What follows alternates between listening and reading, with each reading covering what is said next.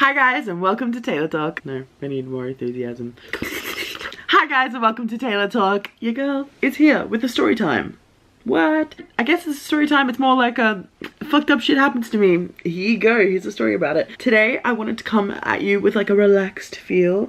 I'm wearing this cute like headband thing that Rosie gave me for my birthday because I'm going to do a face mask while I tell you the story, because I figured, you know what, this is like a thing I tell my friends, so I'm like, let's be like friends and like hang out, and you know, I want to give you like a warning that this story is really gross. Like, I have images that I'm going to put here, so if you get squeamish or you just you can't handle like gory grossness, then this video is not for you, and that's okay because I'll be back next week. Let me just quickly put on this face mask.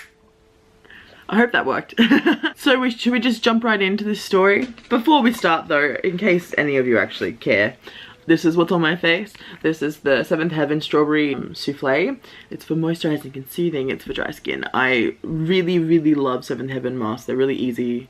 They just go on and go off, and there's ones for all your different skin types and all that fun stuff. Life hack, by the way, if you love these face masks and you like want them, don't buy them from Priceline, buy them from boohoo.com. They're always like $1 or like $2, where they're normally like $4, $5 in Priceline. So good. I realized at this point I haven't even told you what the story time is, but I know you've read the title of this video, so I know you're not like so out of the loop. Basically, over New Year's, I had an abscess removed. It's, okay, I don't know how to like scientifically, medically explain. Like, you're gonna struggle with this video just like I am. I don't know how to explain exactly what an abscess is, but I know there's kind of like two ways that they can come about. Either you can be like malnutritioned and basically your body can't fight back the bacteria that causes them, and so it comes up, and they normally start as boils, and then obviously if your body can't fight it off, they get worse and worse and worse and they become abscesses, which is what happened to me. And then the other way is that hair can fall off your head and reattach to your body, and then it grows like in ways, which to me is way more terrifying. The thought of it like attaching and then like growing, and then you have to like get it. No thank you. Anywho, yeah, I had the first one, which basically means because of my surgery I don't get enough vitamins and all that kind of stuff, even though I do take multivitamins and I do my best. It just wasn't enough to fight it. My immune system was like guaranteed to be low anyway, and maybe it's lower than average person, so now it's extra low. I'm shouting out low.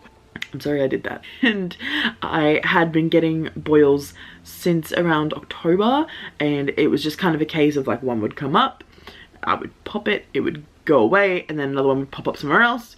I'll explain why that happened later on, but yeah, it would pop up somewhere else, and it just like continued and continued and continued, and it's all around the same area. So my area is like the like top middle parts of my thighs and my stomach lining. I think mainly because those areas touch, like if I'm naked or if, I don't know, just like underneath my clothes, because my skin's getting loose and things like that, they touch, and so the bacteria is all there, so it kind of goes all over that area. I was kind of lucky in the fact that I didn't spread it everywhere, because it turns out it's like really infectious, so like if you go like this, you just end up with them everywhere. So that's fun. So basically my story is that I was hospitalized the day before my birthday because one of my boils got infected, and I almost fainted in my lounge room, and my cousin was like, I'm calling the ambulance, and then they took me in, and they were just like, yeah, we can't really do anything in particular about it, we can just give you antibiotics. And from that point I started using these antibiotics, and then when I was in hospital they also gave me the same antibiotics. I probably went through 5 packets, like 5 boxes of these antibiotics, and inside each box is about 3 or 4 sheets of like 12 pills. So like I took a fudge load, and I still like, I don't still get them, but there's like warning signs of it coming back, and I'm just like, how can I take so much antibiotics and it not go away? But with the main story, I wanted to give you this backstory because it's like, it helps later on, I suppose. I went away, basically I don't think I've really talked about this on my channel before. Like, I don't know if I want to like, if this is how I want to portray it, but I guess it's part of the story. My father passed away like a year ago in January, which was one of the main reasons I wasn't really active last year. And it was coming up to the 1st anniversary, so I was not feeling great. My mental health was like in the shit. Everything was kind of like, ugh. And I decided to go on a holiday just like, not like a holiday, but like I went to Brisbane for like, I think it was like 2 nights, 3 nights, no, 2 nights. I have like a favorite boutique hotel there. I love it so much. It's like so cute, and it has a rooftop pool. It's really cute. That's not part of the story, but it's cute. And why do I keep getting distracted? Yeah, so I went on the holiday and I had like one on my stomach, and then I had another one on my thigh at the time. And I didn't know this, but swimming really fucks with that shit. Like, you can't swim. There is so much bacteria in pools, which if you're a healthy human being, it's fine, but when you're not, it's fucked. So I was swimming in that rooftop pool for like, I don't know, 3 hours. Yes, I was swimming around in it, like getting all up in that bacteria, and fuck, that was a mistake. So we stayed the night, we were living our lives, and I noticed that a new one came up on my left side of my lower stomach. So like, imagine my stomach's like this, it was kind of here, and it was like developing really fast. Like, it was really red and really sore, and it was like weeping a lot, which is great, right? Like, yum. I just couldn't like keep it under control, and just kind of like ignored it, or I would put like Benadine and stuff on it, like try and like do the the typical first aid, not really anything extreme. And then the morning we were meant to check out, I woke up, it was like 6:30 in the morning, and I just couldn't sleep, and I was like, something's wrong, like I don't feel good.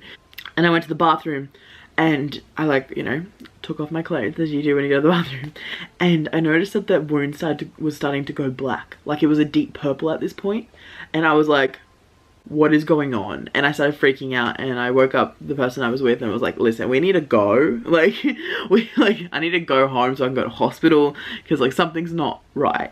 Sure enough, we got up, got dressed, packed our bags, and we came home. And then I went to the hospital because I only live like an hour and a half from Brisbane, but I thought if I do end up in hospital, it's gonna be a lot easier if I just go to my local one rather than dragging everyone I love up to that one.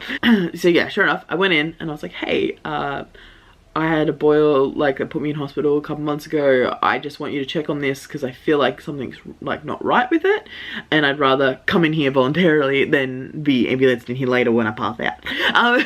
You know? And they took about half an hour to see me, and when she saw me, she literally, I laid down and she was like, show me, and I literally lifted it up and she was like, yeah, that's probably gonna need surgery.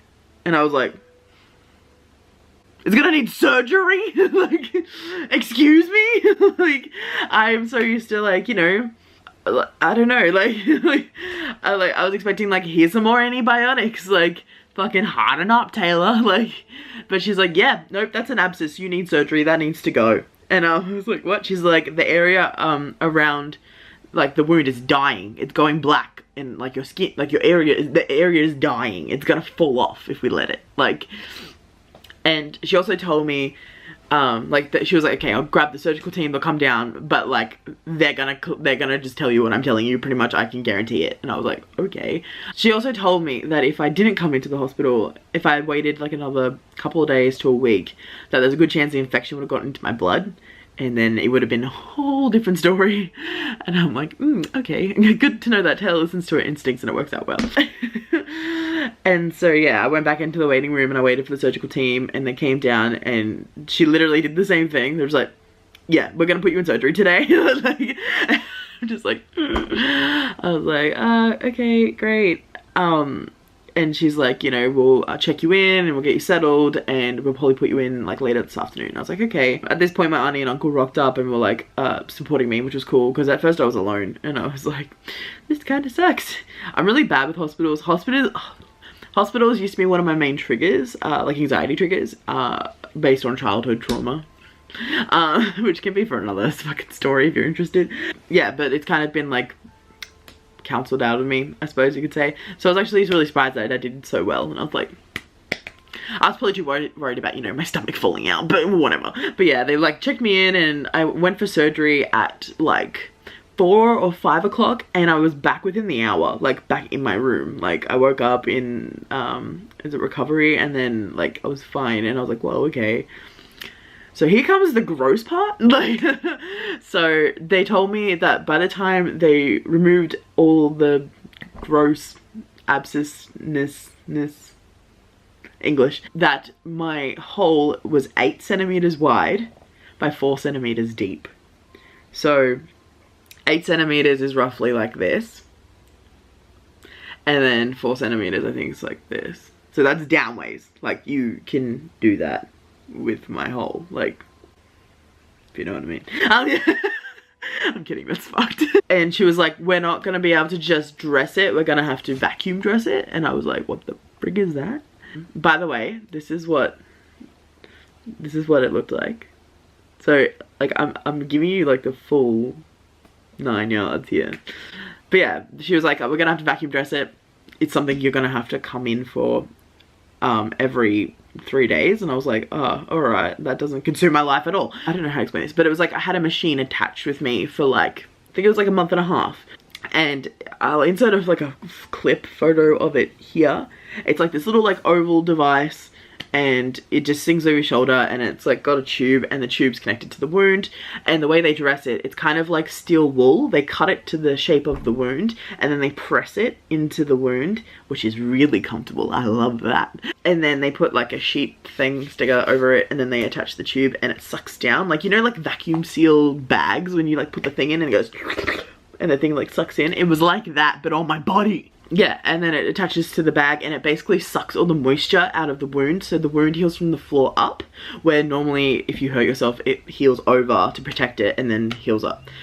Doing that with an 8 centimeter hole would not have been well. I would have had the biggest keloid scar ever. To be fair, the scar I have now is still quite big. I spent New Year in the hospital, and my friend Emma actually like was hosting a party that I was supposed to attend, and I was fucking heartbroken about, but we Skyped. Like, here's a photo of the Skype. They were just like passing the laptop around the party, and I'm like, hey guys, like in a hospital bed. And we actually sang karaoke. Like, I mean, I lip sung in silence because, you know, I was like by myself in a room, and I was like, here's a story from A to Z. You wanna get the thing, you better listen carefully. So that was fun. Like, I still felt like I had a New Year's, which was nice, even though I wanted to be there so badly. But yeah, I checked out like I think 3 days later after New Year's, and then I went home, and then every 3 days I had to come back to the hospital and go to the wound clinic, and she would change it. We became like best friends because I spent like 3 months of my life with this woman. She was great. She was so curious about my surgery and stuff too. She'd like ask all these questions, which is like, I enjoy. Like, I don't really mind if people ask questions. I like when people ask weird questions. And where am I going? So I lost the vacuum, like it healed enough. Okay, this is like progress photos here of like when it's healing up. It also became like inflamed at some points. Like, I'm not the best with band-aids in general, so like my skin can react, or, you know, I can get a bit puffy and things like that, and it definitely did that around the wound as well, because it just like, literally 3 months of like ripping the skin, put on new band-aids and new packs and new everything. It really got to my skin. However, the scar I have now, after I think we're in the 4th month of the year, it looks like this.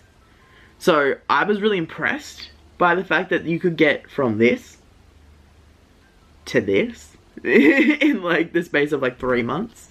Oh, one more thing I quickly forgot to mention. On the last day of me changing my dressing, I started to notice another lump on the side of my hip, and I was like, hey, can you just look at this while I'm here? Just kill my like worry about it, because I was like, oh no, it's probably nothing because it was little. And sure enough, she's like, yeah, it's an abscess. Go down to emergency and get them to remove it for you. And I was like, on my last day of her changing my other wound, like my big wound, like she's like, oh, we probably don't have to do any more after this. And I was like, so yeah, I went down and they put local in it. I have never been in so much pain in my life. Like, I was in surgery for that, so I can't even imagine that kind of pain, because it's like pressure pain, because, you know, it's like, imagine like a boil, like a pimple, and, you know, it's got like a hard skin over it, so it can't just like go. And they injected, I think, like 8 local needles into it, and like even when they cut it open, I still felt it, and they're like injecting into the wound, like it's not a good time, okay? But I only had to go and get that changed, I think like 2 or 3 times after I got that removed, so like that wasn't as big of a deal. But holy shit, like I was just like, can I just never come back here again? Like, thanks. Like, but yeah, I think that's the end of the story. If you like this video, give it a thumbs up, subscribe for more. Today's shout out goes to Lean Eileen. She like comments and likes on all my Instagrams. It's great. If you want to be shouted out, just make me notice you. And until next time, guys, I'll talk to you later. Bye.